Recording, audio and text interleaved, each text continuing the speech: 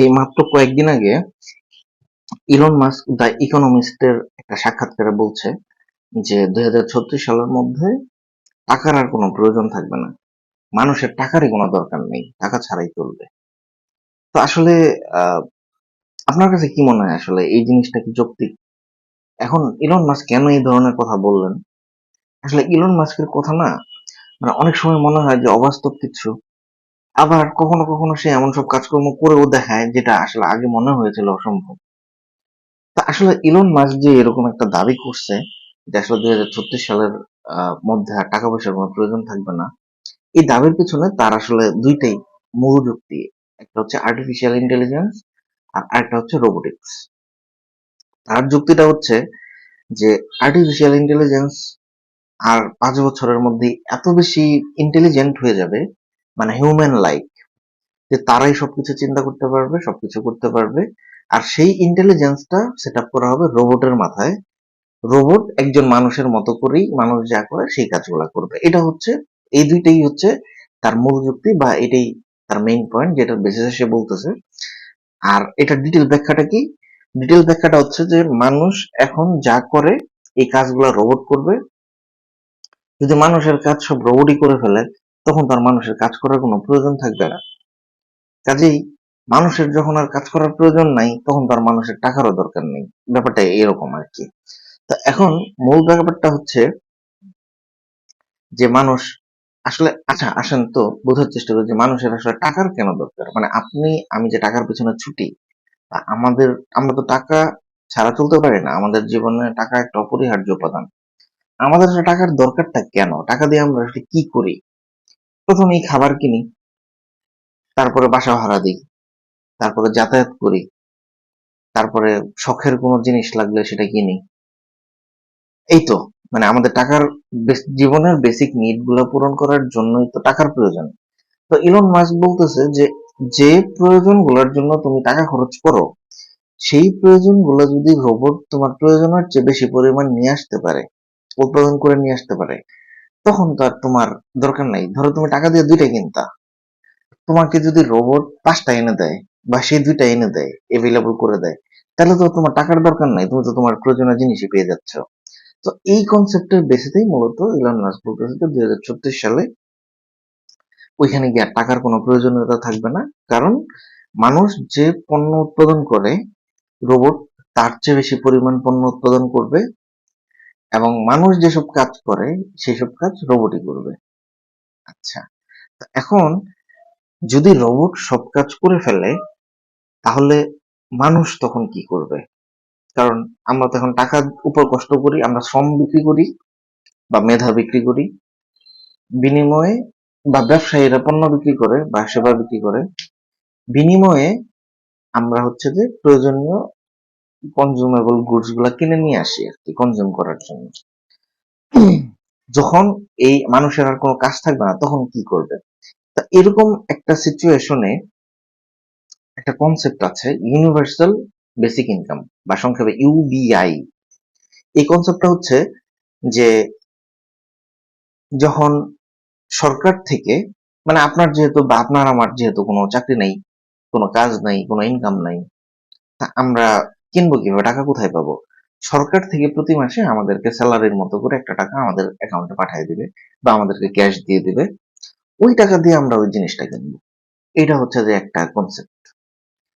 এখন আসলেই কি এটা সম্ভব?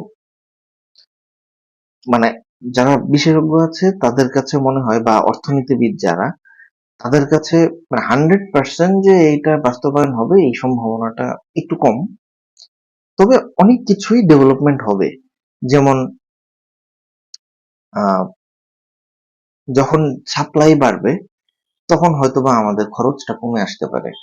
আবার এমন আহ, জিনিস আছে যেগুলা খুব বেশি পরিমাণে পাওয়া যায় না, মানে যেটার এভেইলেবিলিটি কম। যেমন ধরেন প্রাইম লোকেশনে একটা জমি, মানে ধরেন আমরা 10 জন চাইলেই তো 10টা জমি পাবো না, হয়তো আছে একটা জায়গা। তো এরকম স্পেশাল জিনিসগুলোর ক্ষেত্রে হয়তো পেমেন্ট করতে হতে পারে। কিন্তু যেগুলো কমন জিনিস, যেমন খাদ্য উৎপাদন, তারপরে হচ্ছে যে গাড়ি চালানো, কাস্টমার সার্ভিস, সফটওয়্যার ডেভেলপমেন্ট, মানে স্মার্ট কৃষি যেটা বলে, রোবোটিক কারখানা, বা ইন্ডাস্ট্রিয়াল প্রসেস, এগুলো হয়তোবা অনেক কিছুই রোবট দ্বারা রিপ্লেস করা যাবে, কিন্তু মানুষের হয়তো প্রয়োজনীয়তা একেবারে কমে আসবে না। তবে যেটা হতে পারে যে মানুষের সময়ের প্রয়োজনীয়তাটা কমে আসবে, উৎপাদন খরচ কমে যেতে পারে। কারণ রোবট তো আপনার নন স্টপ কাজ করতে পারে, মানুষের কিন্তু নন স্টপ কাজ করতে পারে না। তো রোবট নন স্টপ 24 ঘন্টা কাজ করবে, আরো এফিসিয়েন্টলি করবে, ভুলের পসিবিলিটি কমে আসবে। চাকরির ধরন হয়তো কম বদলে যাবে, মানুষের কাজ একবারই থাকবে না এরকম না। মানে মূল কনসেপ্টটা দাঁড়াচ্ছে গিয়ে যে হয়তো বা 100% এরকম হতে পারে, হবে না, কিন্তু যেটা হতে পারে সেটা হচ্ছে যে আপনার যেটা স্পেশাল জিনিসপত্র, যেগুলো স্কার্স, মানে ভালো লোকেশনে জমি, বিলাসবহুল পণ্য, বিরল প্রাকৃতিক সম্পদ, বিখ্যাত শিল্পকর্ম, এক্সক্লুসিভ এক্সপিরিয়েন্স, এই জিনিসগুলো তো আসলে অনেক বেশি পরিমাণে থাকবে না। তো সেগুলোর জন্য হয়তো টাকা পেমেন্ট করতে হবে বা একটা বিনিময়ের মাধ্যমে থাকবে। কিন্তু যেগুলো কমন ব্যাপার, সেই কমন ব্যাপারগুলো হয়তো অনেক কিছুই এআই বা রোবট দিয়ে করা সম্ভব হবে। আর ভবিষ্যতে কিছু জিনিস সিনারিও তৈরি হতে পারে, বা টাকা হয়তো থাকবে, একবারে হয়তো টাকা উধাও হয়ে যাবে না, কিন্তু জীবনযাত্রার মৌলিক খরচ হয়তো কমে আসবে। তারপরে হচ্ছে যে সরকার হয়তো ইউবিআই সিস্টেমটা চালু করবে, ফলে মানুষ হচ্ছে যে বর্তমান সময়ের মতো এত পরিমাণ হয়তো কাজ করতে হবে না, কিন্তু কাজের পরিমাণটাই কমে আসবে। আবার খাদ্য, চিকিৎসা, শিক্ষা সবার জন্য সহজলভ্য হয়ে যাবে, কিন্তু ওই যে বিলাস বহুল দ্রব্যগুলোর জন্য হয়তোবা টাকার প্রয়োজন থাকবে। আর বর্তমান অর্থনৈতিক যে ব্যবস্থাটা আমরা চিনি, মানে টাকা, ডিমান্ড এন্ড সাপ্লাই, টাকা দিয়ে নিয়ে আসছি, হয়তো অর্থনীতির নতুন একটা ব্যবস্থা তৈরি হতে পারে। যেমন ধরেন 200 300 400 বছর আগে একটা সময় কিন্তু বার্টার সিস্টেম ছিল, তখন কিন্তু টাকা ছিল না। তো তখন হচ্ছে পণ্যের বিনিময়ে পণ্য, মানে পণ্য দিয়ে পণ্য বিনিময় হতো আর কি। তো তারপরে সেই অর্থনৈতিক ব্যবস্থা চেঞ্জ হয়ে গেছে আস্তে আস্তে সময়ের সাথে সাথে, বর্তমানে টাকা বিনিময় ব্যবস্থা হিসেবে আসছে। হয়তো ভবিষ্যতে এরকম নতুন একটা অর্থনৈতিক ব্যবস্থা হয়তো তৈরি হবে সেই সিচুয়েশন বিবেচনায়। আবার আরেকটা এখন ঘটনা হচ্ছে, আরেকটা আলোচনা আছে যে এই ইউবিআইটা, মানে টাকাটা কোত্থেকে দিবে, গভর্নমেন্ট কি টাকা ছাপিয়ে ছাপিয়ে দিবে? আরেকটা আলোচনা এরকম আছে যে যেহেতু ভবিষ্যতে এআই এবং রোবট কোম্পানি গুলাই সবকিছুর দখল নিয়ে নিবে, কাজে ওই এআই এবং রোবট কোম্পানি গুলো যে প্রফিট করবে, সেই প্রফিটের টাকাগুলোই আবার সাধারণ মানুষের কাছে আহ বেনিফিট হিসেবে ফেরত দেয়া হবে বা হতে পারে, এরকম একটা পরিকল্পনা। তো এইসব বিষয়গুলো এখনো সব কনসেপচুয়াল লেভেল বা প্ল্যানিং লেভেল, ধারণাগত লেভেলে আছে। এগুলো আসলে ভবিষ্যতে কতটুকু বাস্তবসম্মত হবে সেটা জানা নেই।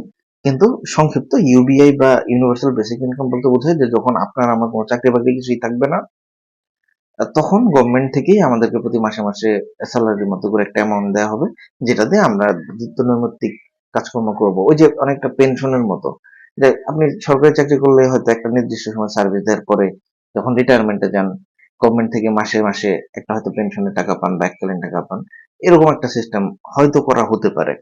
তো যাই হোক, এখন দেখা যাক ভবিষ্যতে কি হয়। আর আপনার আসলে কি মনে হয় যে এটা কি আসলেই সত্যি হওয়া সম্ভব যে 2036 সাল, 2036 না হোক, মানে এটা তো একটা টাইম, হয়তো 40, হয়তো 50, আসলে কি এটা সম্ভব যে আসলে আর কখনো মানুষের টাকার কোনো প্রয়োজন থাকবে না? আপনার কি মনে হয়? জানাতে পারেন কমেন্টে। Thank you.